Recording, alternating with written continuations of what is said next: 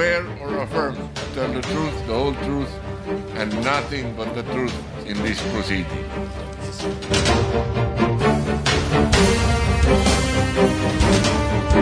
Totoo po ba itong notaryong ito? Totoo po, Your Honor. Ang budget ng Pilipinas ay hawak lang ng dalawang tao.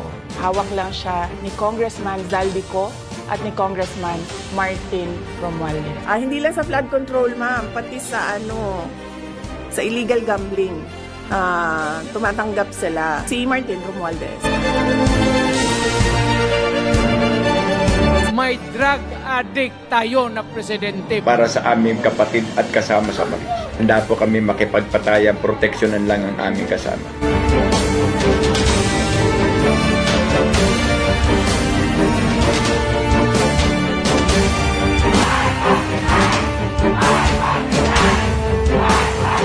Sinasabi nila na sinungaling daw si Tap Gute, hindi niyo kilala yung tao. Ako kilala ko siya personal. Bilang isang dating sundalo, inaalay ko ang aking buhay para sa ating bansa.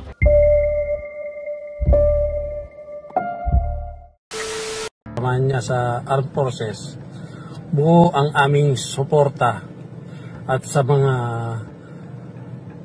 lahat na sumusuporta sa kanya, kami po ay nagpapasalamat sa inyo at good luck sa mga basher.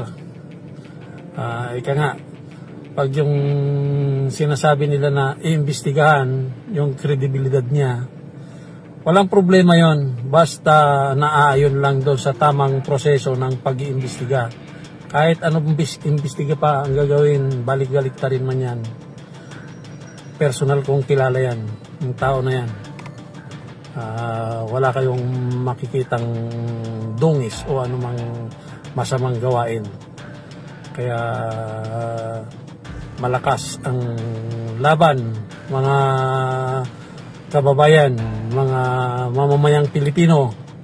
Ito na yung panahon na dapat mahinto ang mga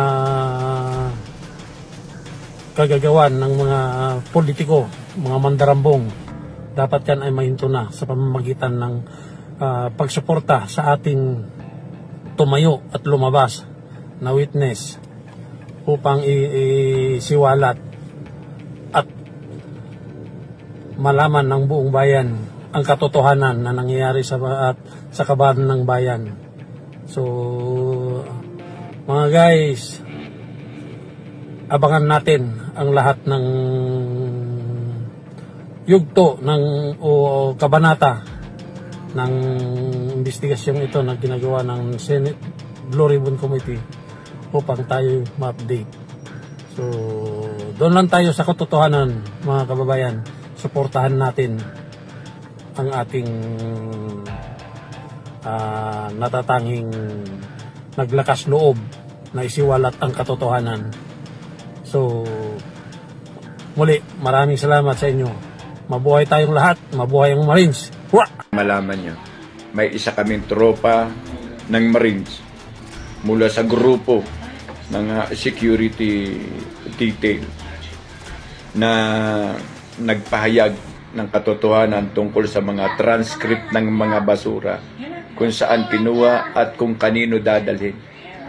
Ito ba yan ay hindi mapapasinungalingan at ang pangamba ng Senado tungkol sa kanyang buhay ay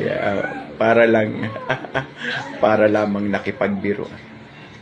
Paalalang muli sa mga nagnanais makialam at pumapit tungkol sa kung ano ang katotohanan para sa aming kapatid at kasama sa Marines.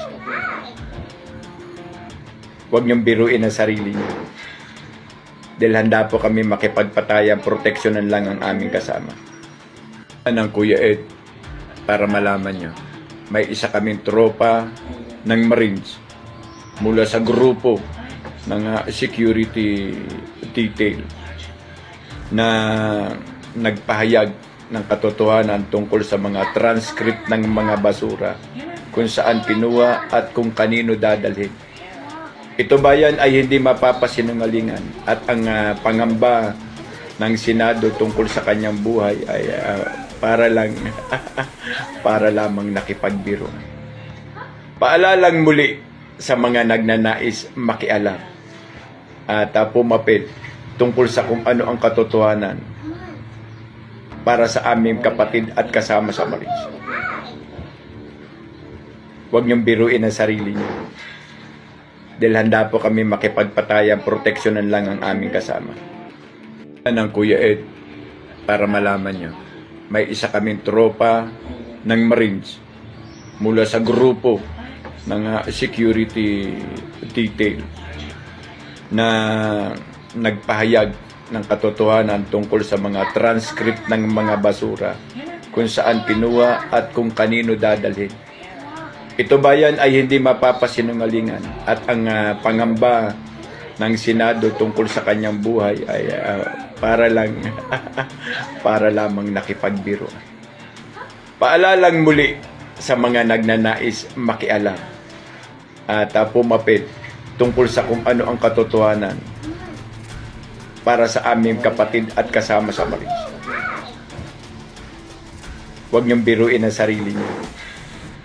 Dahil handa po kami makipagpatayang proteksyonan lang ang aming kasama. Sinungaling daw si Tapguti, hindi niyo kilala yung tao. Ako, kilala ko siya personal. Dahil kabaro ko sa Philippine Marines, ang sentro ngayon ng atake, si Master Sergeant Gutesa, na dumalo sa pagdinig.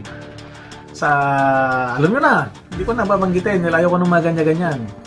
Ito yung unang pagkakataon na may ganito akong paksa. Alam nyo naman, pakanta-kanta lang ako, yung mga inspirational messages ko. Ayoko sana sa ganito. Pero kahit sa munting pamamaraan lang, matulungan ko siya kung paano magpaliwanag. Yung sinasabi na peke na notaryo doon sa kanyang sinumpaang salaysay. Okay? Unang-una,